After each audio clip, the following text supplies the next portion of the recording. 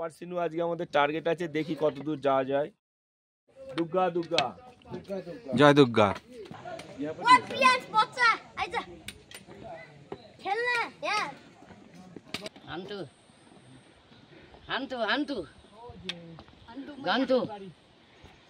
मिठाई ल्याउन त फोटो खिचेको मिठाई।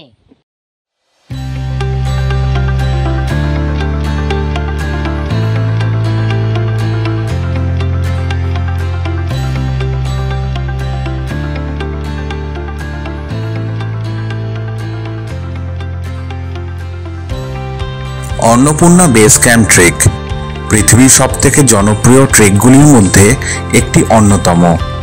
8091 मीटार उच्चता विशिष्ट माउंट अन्नपूर्णा पृथिवीर 10ম उच्चतम शृंग।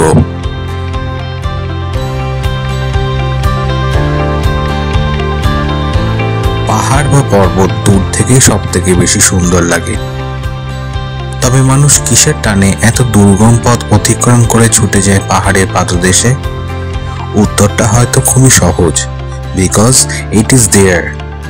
কিন্তু যদি একটু গভীরভাবে ভাবি তাহলে তো বলতেই হয় আসলে আমাদের প্রত্যেকের ভিতরেই একটি পাহাড় বর্তমান, যা আরোহণ করা আরো বেশি কঠিন। হয়তো সেই তাকেই জয় করতে কিংবা আমাদের সেই শারীরিক সক্ষমতাকে জয় করার ইচ্ছায় অথবা আমাদের মানসিক দৃঢ়তাকে আরো মজবুত করতে আমরা ছুটে যাই পাহাড়ের কোলে।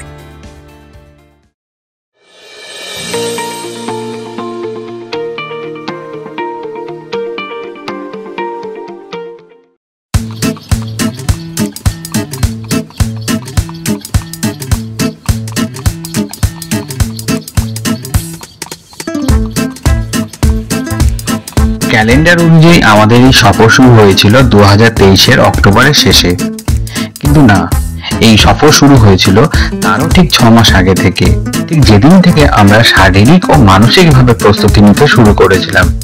আর ঠিক তখন থেকেই অ্যাড্রিনাল গ্রন্থির কারসাজি শুরু। এ তো গেল আগের গল্প, এবার তাহলে নেপাল থেকে গল্প শুরু করি।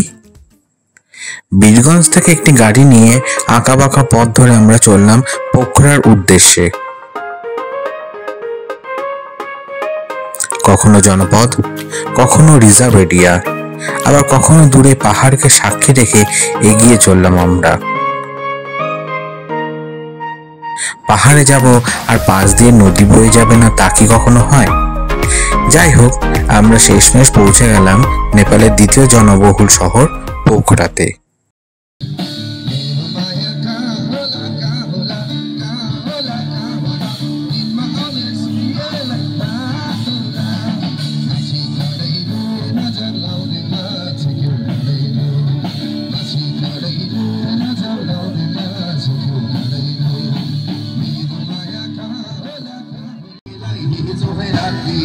পোখরা নেপালের দ্বিতীয় জনবহুল শহর এবং এটি অন্নপূর্ণা সার্কিটের গেটওয়ে।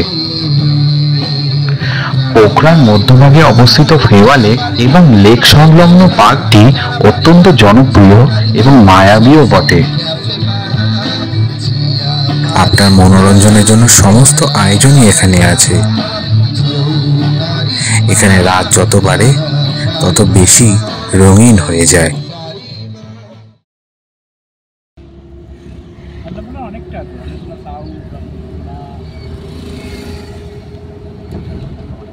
ওটা ফিশ টেইল। हाँ फिश टेल, वो बड़े वाला माछा पूछ रही है। ফিশ টেইল, যা নেপালি ভাষায় মাছা পুছড়ে এবং বাংলায় যাকে আমরা বলি মৎস্যপুচ্ছ, এই এক অনন্য সুন্দর পর্বত। আকৃতিটি অনেকটা মাছের লেজের মতো, তাই এই নাম। এই পর্বতটি নেপালিদের কাছে খুবই পবিত্র। খুব হিংসে হয় ওদের কথা ভেবে, যাদের আকাশে পাহাড় দেখতে পাওয়া যায়। যাই হোক, অন্নপূর্ণা কনজারভেটিভ এরিয়া প্রজেক্টের অফিস থেকে আবশ্যিকভাবে প্রয়োজনীয় অনুমতি ছাড়পত্র নিয়ে আমরা গাড়ি নিয়ে রওনা দিলাম ঘান্দরুকের উদ্দেশ্যে, যেখান থেকে আমাদের ট্রেকিং শুরু করতে হবে। পথের দুধারে সৌন্দর্যকে ফ্রেমবন্দি করে আমরা এগিয়ে চললাম এবং দুপুরের মধ্যে এসে পৌঁছালাম ঘান্দরুকে।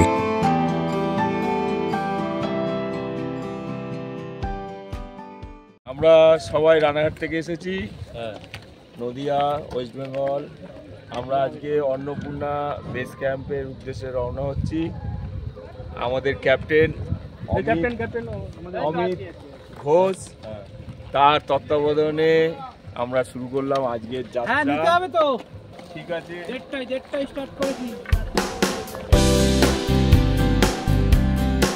হাতে লাঠি নিয়ে আর মনে অনেকটা উত্তেজনা নিয়ে শুরু হলো আমাদের পথ চলা।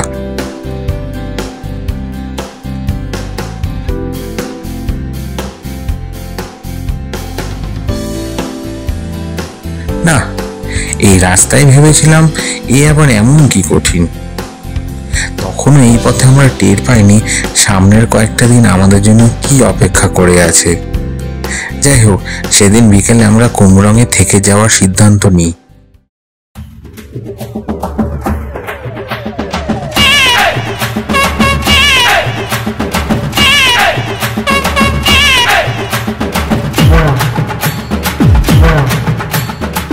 নেপালের মুড়ি আর রানাঘাটের ভুজিয়া, এই দুইয়ের সংমিশ্রণে সেদিন সন্ধ্যাটা দারুণ কেটেছিল। আর রাতে ছিল অথেন্টিক নেপালি ডিশ এবং অবশ্যই চিকেন।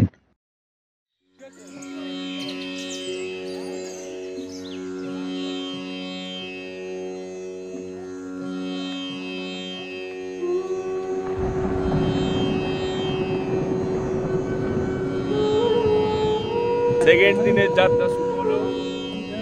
গতকাল আমরা বিকেলের মধ্যে এসে গেছিলাম, কিন্তু আমাদের যাত্রাটা এগিয়ে নিয়ে যায়নি।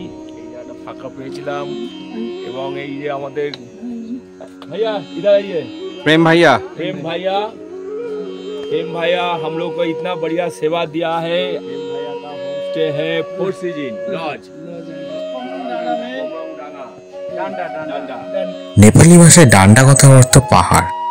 ঠিক है, চলো চলো স্টার্ট। আজকের যাত্রা শুরু হচ্ছে। আমাদের টার্গেট আছে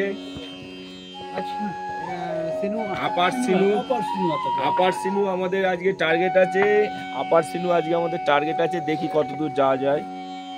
দুর্গা দুর্গা জয় দুর্গা। ব্রেকফাস্ট সেরে সকাল 8টার মধ্যে আমরা আমাদের দ্বিতীয় দিনের গন্তব্য আপার সিনেমার উদ্দেশ্যে হাঁটা শুরু করলাম। আমাদের এলাকায় আমরা এই গলি থেকে ওই গলি, ওই গলি থেকে সেই গলি, যেখানেই যাই না কেন আমাদের সেই টু হুইলারের ওপরেই নির্ভর করতে হয়। আর এখানে তেমন কিছুই না, প্রথমে এই পাহাড় নেমে ওই পাহাড়, তারপর আবার ওই পাহাড় নেমে ওই পাহাড়, তারপরে সেই পাহাড় নেমে আবার সামনে পাহাড়। এইভাবেই তো আমাদের হেঁটে যেতে হবে।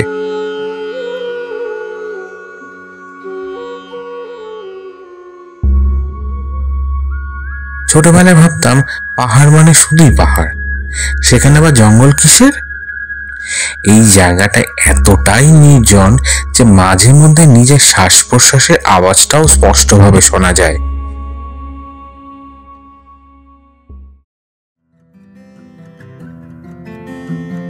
অন্নপূর্ণা 1, অন্নপূর্ণা সাউথ, হিমনচুলি, মাচাপুচারে প্রত্যেকেই যেন নিজ গুণে ক্যানভাসটাকে অপরূপ করে তুলেছে। আমি যদি পাহাড়ি হতাম তবে সমতলে বেড়াতে আসতাম।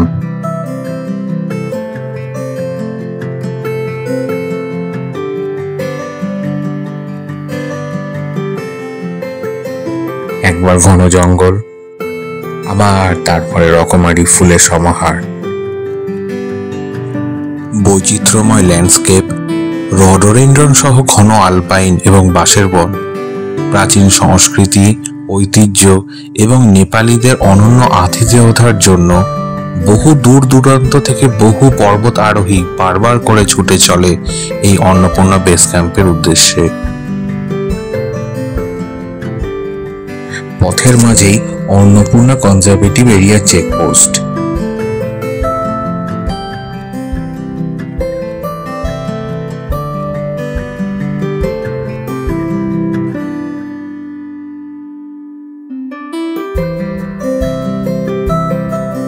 যাই হোক, একটা পাহাড় থেকে আমরা এবার নেমে এলাম। এবার সামনে পাহাড়ে ওঠার পালা।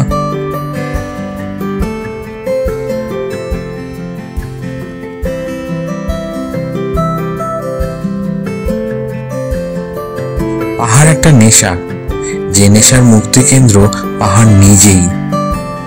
আসলে মানুষ কখনো পাহাড়ে হারিয়ে যায় না, বরং নিজেকে খুঁজে পায়। ঠিক সন্ধ্যে নামার মুখে আপার সিনেমা এসে আমরা পৌঁছালাম।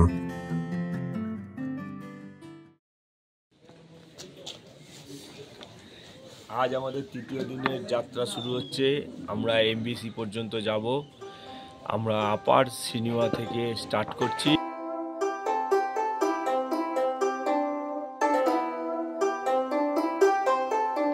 একটা ভালো সঙ্গত সব কঠিন রাস্তাকেও সহজ করে দেয়।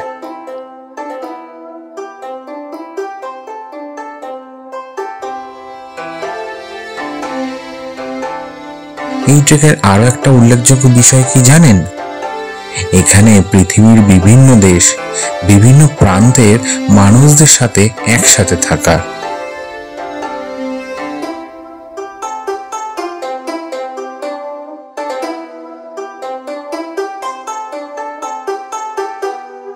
বাম্বু ভিলেজ, ঘন জঙ্গল, রকমারি ফুল, এবার বাঁশবাগান।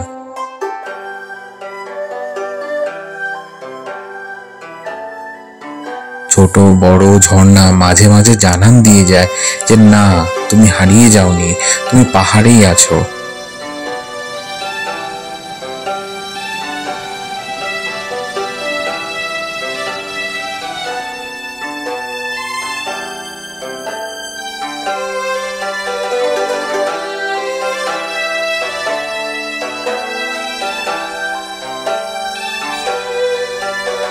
দোভানে এটি একটি অপরূপ দৃশ্য।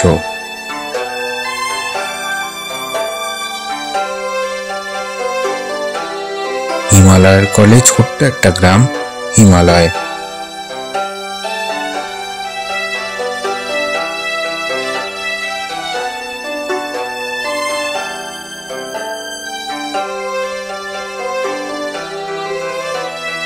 প্রকৃতির এবার সময় হয়েছে নিজের মেজাজ বদলের, রূপ বদলের।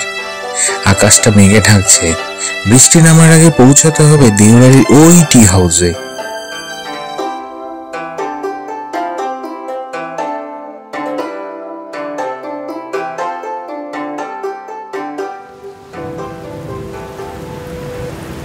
তারপর বৃষ্টি নেমেছিল, কোনো অজুহাতে নয়, আমাদের মতোই পরিশ্রান্ত মেঘকে মুক্তি দেওয়ার অধিকারে।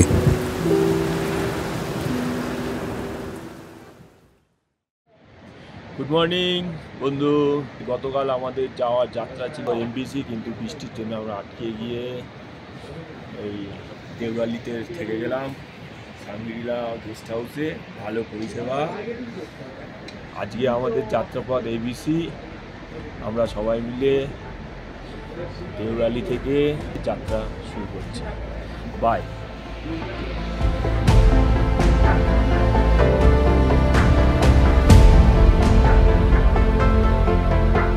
কিছু জিনিস ঘটে ভালো কিছু হওয়ার জন্যই।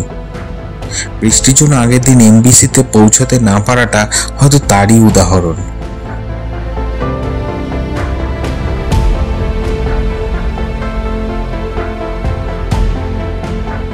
প্রকৃতি সর্বদাই খামখেয়ালি, আর যখন যেমন ইচ্ছা তখন তেমন সাজে সে ধরা দেয়।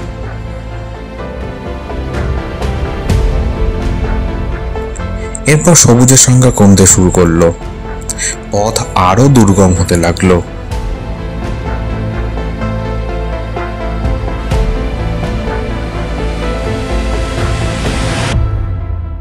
পৌঁছালাম মাচাপুছরের বেস ক্যাম্পে। আগের দিন যেখানে থেকে যাওয়ার প্ল্যান ছিল, না, এখানে আজ আর নয়, আমাদের যে এগিয়ে যেতে হবে অন্নপূর্ণার নিজের বাড়ির দিকে।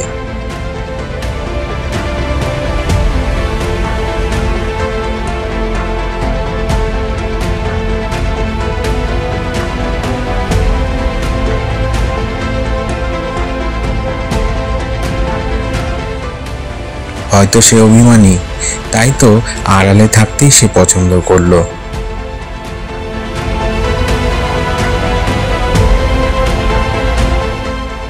উচ্চতা বাড়ছে, ক্রমশ ধীর হচ্ছে আমাদের গতি। এদিকে আবার বৃষ্টির ভূকটি। থামলে চলবে না, গত 6 মাস ধরে যার জন্য এত প্রস্তুতি সে তো আর একটু দূরেই।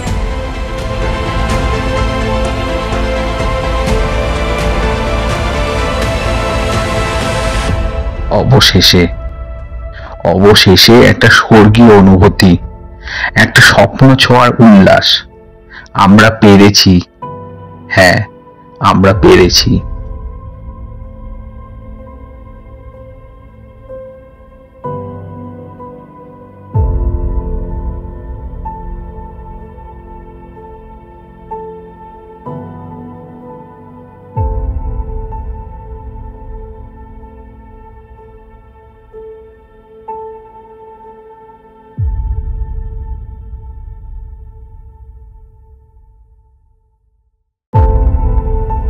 চারিদিকে তখন মেঘের রাজত্ব, আর ঠিক এই জায়গাতেই পৃথিবীর 10ম উচ্চতম শৃঙ্গ।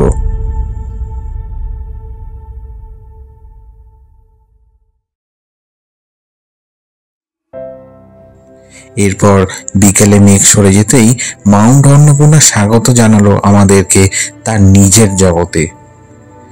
সে তার স্নিগ্ধতায় মুগ্ধ করলো আমাদের। এত দিনের এত পরিশ্রম বিফলে যায়নি। আসলে পাহাড় কাউকে খালি হাতে ফেরায় না।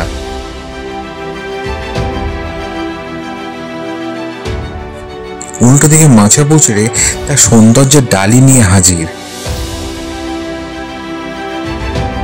একই সাথে দুটি বেস ক্যাম্প এবং অনেকগুলি নাম জানা অজানা পর্বত। এটাই তো এই ট্রেকের সব থেকে বড় পাওনা।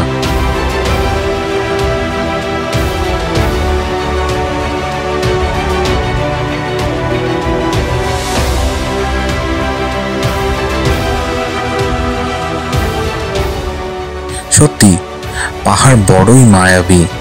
হয় বারে বারে হাতছানি দিয়ে ডাকবে, না হয় চিরকালের জন্য তার কাছেই রেখে দেবে।